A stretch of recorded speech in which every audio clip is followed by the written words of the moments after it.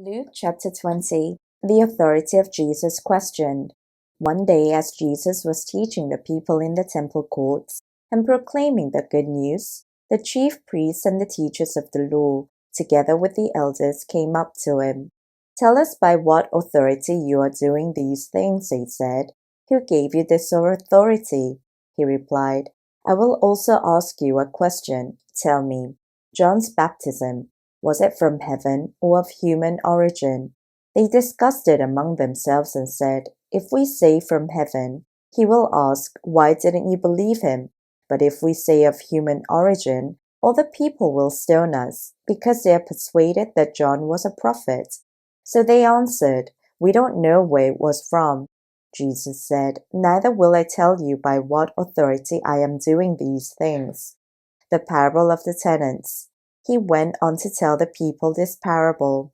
A man planted a vineyard, rented it to some farmers, and went away for a long time.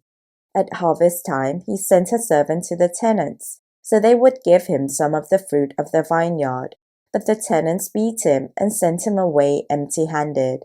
He sent another servant, but that one also they beat and treated shamefully and sent away empty-handed. He sent still a third, and they wounded him and threw him out.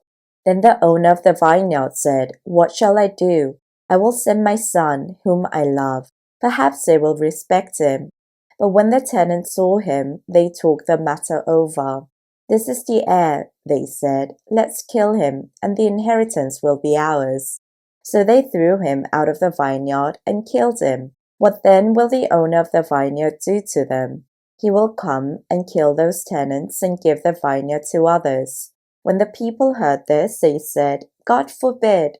Jesus looked directly at them and asked, "Then what is the meaning of that which is written, 'The stone the builders rejected has become the cornerstone'? Everyone who falls on that stone will be broken to pieces. Anyone on whom it falls will be crushed."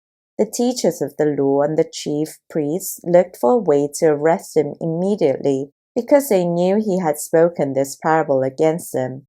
But they were afraid of the people. Paying taxes to Caesar.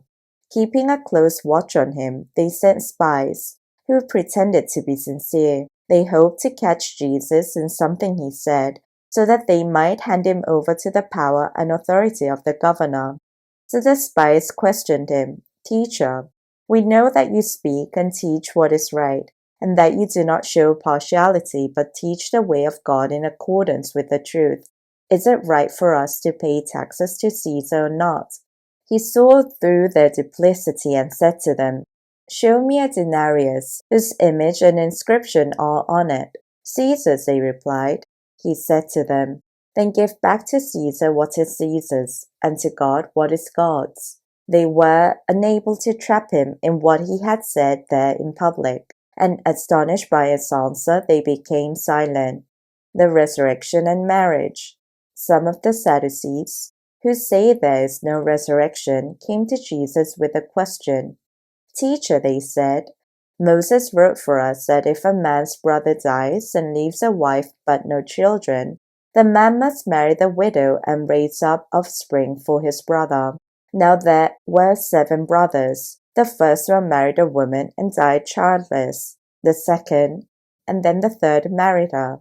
And in the same way the 7 died, leaving no children. Finally the woman died too. Now then, at the resurrection, whose wife will she be, since the 7 were married to her?"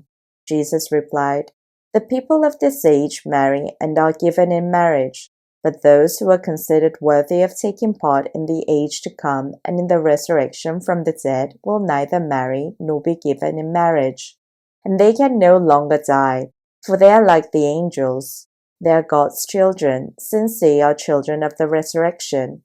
But in the account of the burning bush, even Moses showed that the dead rise. For he calls the Lord the God of Abraham and the God of Isaac and the God of Jacob. He is not the God of the dead, but of the living, for to him all are alive." Some of the teachers of the law responded, "Well said, sir," and no one dared to ask him any more questions. Whose son is the Messiah? Then Jesus said to them, "Why is it that the Messiah is the son of David? David himself declares in the book of Psalms, 'The Lord said to my Lord, sit at my right hand, until I make your enemies a footstool for your feet.' David calls him Lord. How then can he be his son?" Warning against the teachers of the law. While all the people were listening, Jesus said to his disciples, "Beware of the teachers of the law. They like to walk around in flowing robes and love to be greeted with respect in the marketplaces, and have the most important seats in the synagogues and the places of honor at banquets. They devour widows' houses and for a show make lengthy prayers. These men will be punished most severely."